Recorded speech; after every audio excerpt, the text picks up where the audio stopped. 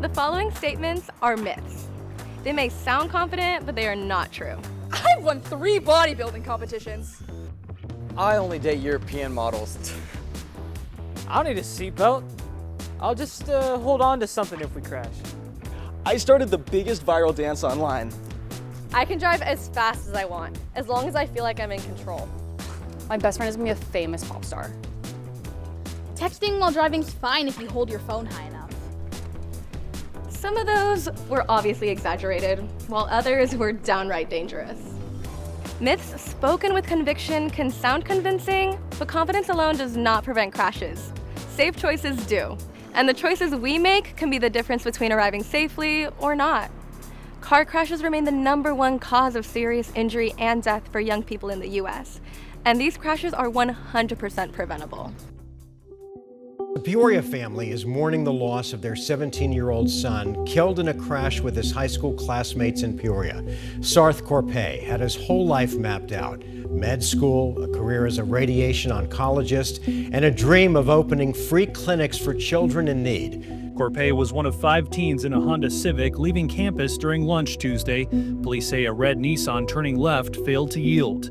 One teen was ejected, and Corpay later died from his injuries. But Tuesday evening, their lives took a tragic turn. Police say the two were traveling south on Northwest 87th Avenue near downtown Doral when their Kia sedan suddenly veered off the road, slamming into a pole, immediately bursting into flames. Everyone in the school is destroyed over it, everyone is sad. They were really good people, really nice people. It's a heartbreak you can feel looking at every child's face. A man is dead and a woman is seriously injured after police say they were hit by a teenage driver this morning while walking in a crosswalk. It happened just feet from Los Animas Elementary, right after school drop-off. A man in a crosswalk was killed, a woman seriously injured after being struck by a teen driver. The Armwood High School community is grieving the sudden death of a student athlete at the school. 17-year-old Elijah Batiste was killed in a head-on crash last Saturday. Investigators are still searching for the driver who left the scene of that crime. Just weeks away from graduation, a future full of plans now cut short. 17-year-old Elijah Papo Batiste, who attended Armwood High School, remembered as a student athlete with big goals. On April 2nd, Ava was driving Xander and Corey along the highway when they came up to a turn. Turned too wide and it was all silent. Next thing you know, I was on the floor looking at the roof. Then it blacked out, and then I woke up with paramedics around me. All 3 were ejected from the car, with Corey being the only one to wake up. This is the worst nightmare you could ever go through. 3 families picking up the pieces. Each year, nearly 3,000 teens lose their lives in crashes. Let's pause and think about that. That's the equivalent of 60 school buses filled with young people. Friends, classmates, teammates. These crashes are not random. They're predictable and preventable when we do what works. Putting distractions away, driving at speeds that are safe for the conditions, buckling up every seat, every ride, never driving impaired. The good news is most teens want to be safe and are already making safe choices every day. You care about your friends, family, and communities. Safety is not about what we mean to do, it's about what we actually do. It comes down to the choices we make every single ride. Most crashes do not begin with someone trying to be reckless. They start with a small moment. I'll just check this, I'll just grab that, I'll just answer real quick. These moments feel harmless, but it's that moment of inattention when someone steps into a crosswalk, a cyclist enters your blind spot, or another driver crosses into your lane. It does not take a major mistake. It takes one small moment, and one moment can change everything. Every day, we're all trying to get somewhere, whether driving, riding, walking, biking, or rolling. We share the same roads. That means we share responsibility for keeping each other safe. When driving, keep your eyes on the road, hands on the wheel, and your mind on driving. When walking or biking, stay visible, stay alert, and stay aware of your surroundings. Video chats, scrolling, streaming, makeup, food, it can all wait. Passengers matter too. Real friends look out for each other, and speaking up before a risky decision becomes a crash can save lives. And sometimes one voice can make all the difference. From a very young age, Connor loved soccer, and his whole world revolved around soccer. He's a perfect sports athlete in that he fit in that mold of togetherness, of we, all those intangible things that coaches can't really coach. He was a competitor for sure. I mean, he was a keeper, so it's different from the other 10 players on the soccer field. There's people jumping, running, trying to tackle you, and I mean, he was amazing. If you were on the opposite team, you would see this goalie and think, oh, he's a little bit smaller. So he didn't think much of it, but then he'd come out and just show everybody who he was. He was always flying around, jumping in the air, and just a great player overall. As the goalie, like, it's kind of, you see everything on the field. So he definitely took charge on the field when needed to, and I mean, it paid off because he was one of the best goalies I ever saw. He would always be the one that cracks a joke. He was never in a bad mood, and he was also kind. It was junior homecoming dance. It was the pictures, right? The pictures, all the kids were super excited. So the spirit and the energy going in through that weekend was just super high. Everybody was on a different level. He came running in the door that afternoon from school.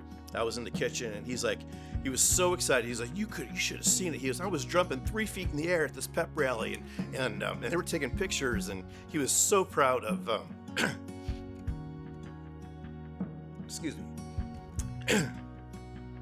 He was walking down the driveway, and I yelled, Connor, and he turned around. And one of the things that he and I always did was the whole "I got you, you got me" thing. And never did I know that would be the last time I would see my son.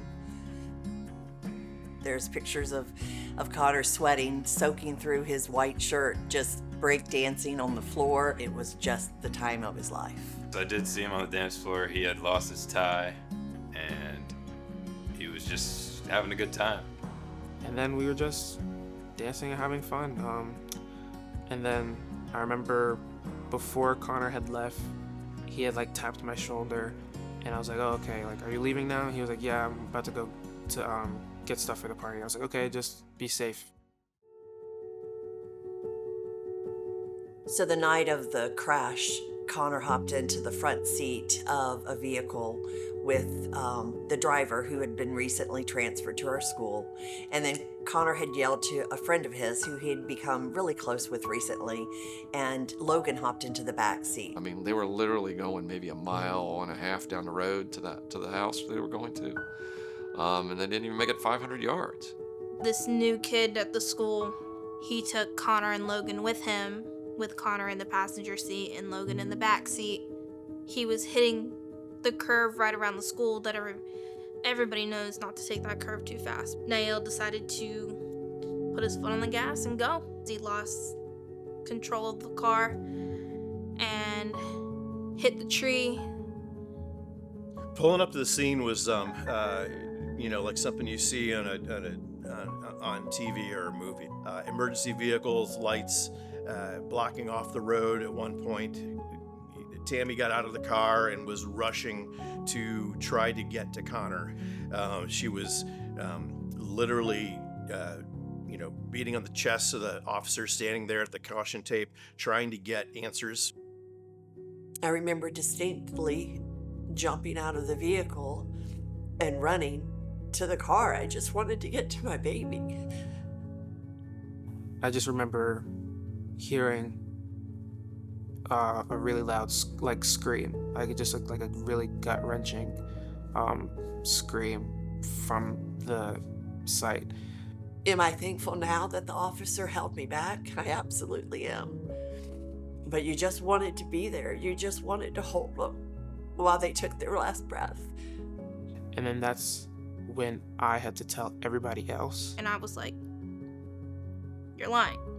And he goes, Lindsay, no. Connor's dead.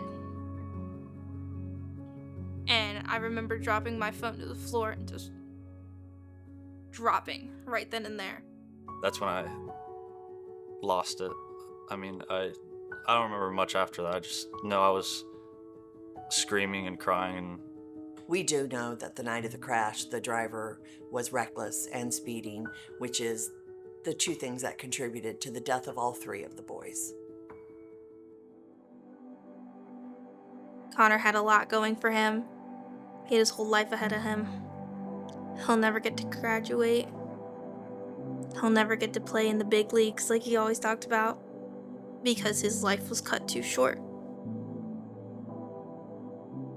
When Connor passed, I definitely fell into like a massive depression. I didn't really want to go to school anymore. Tammy's, only boy is no longer in her life, and that's not something you ever get over. And it took us a long time. It took Tammy a long time to get to the point where we could rationalize how to get through day-to-day life. I think as a parent, you're never prepared to lose your child.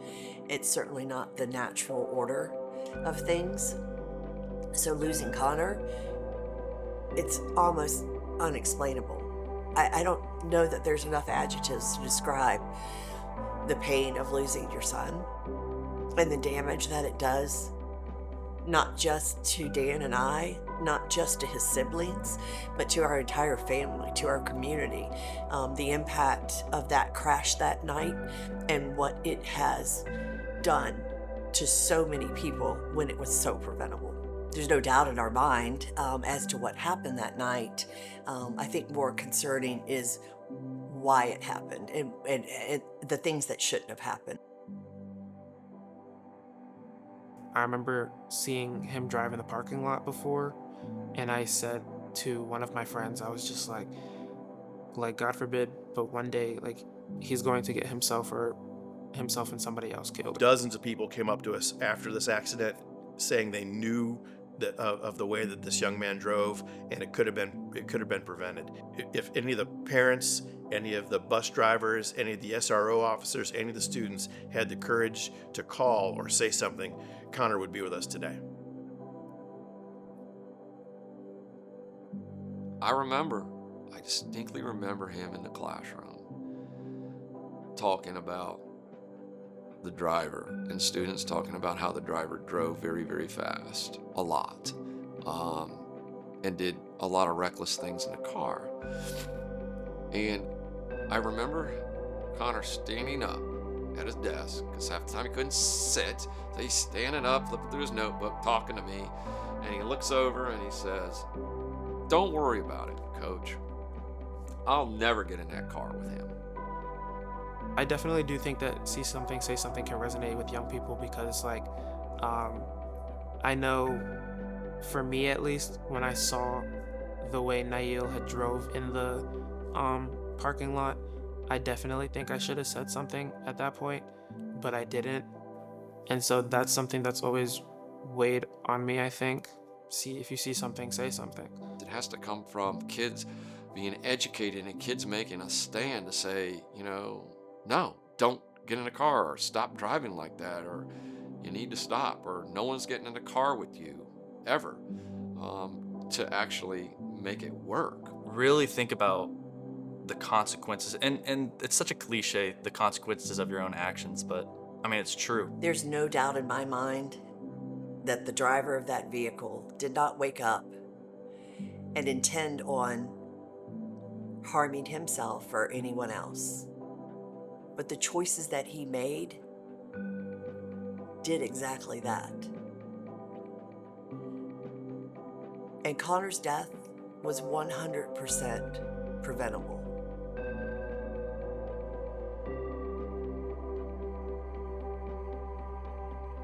I think that makes a good student athlete is just being able to take feedback regardless of it being negative, even though most times if it's feedback, it's to help you get better. Those things are important, and to have that strength in a car would be similar to the kind of strength that Connor had on the field in directing and supporting his team. We watched Connor control the field. We watched him direct his teammates. We watched him groom them off of the field. It's no different when you're in a vehicle, right? We need to be able to make those same correlations when we're in a vehicle. We need to know that we can speak up as a passenger and be safe. Connor had the ability to make me smile each and every day. He was so funny and he was so sweet and loving. I don't know that I'll ever smile or laugh the same way again.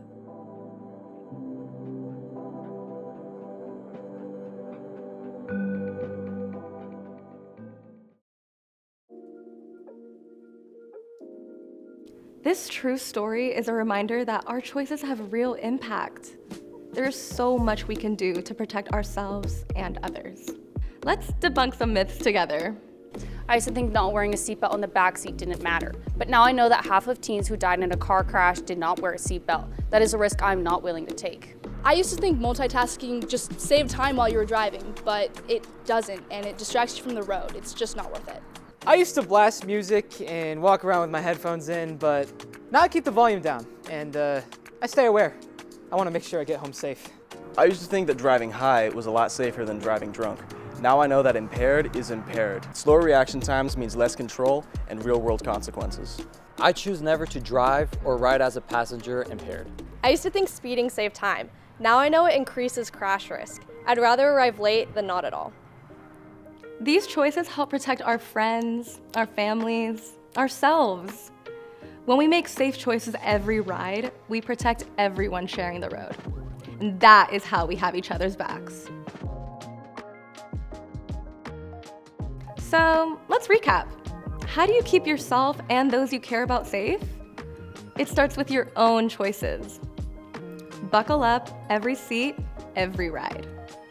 Put distractions away before you shift into drive. Drive at speeds safe for the conditions, and never drive or ride with anyone impaired. Follow traffic laws and stay alert. And remember, the road is shared. Drivers, passengers, pedestrians, cyclists.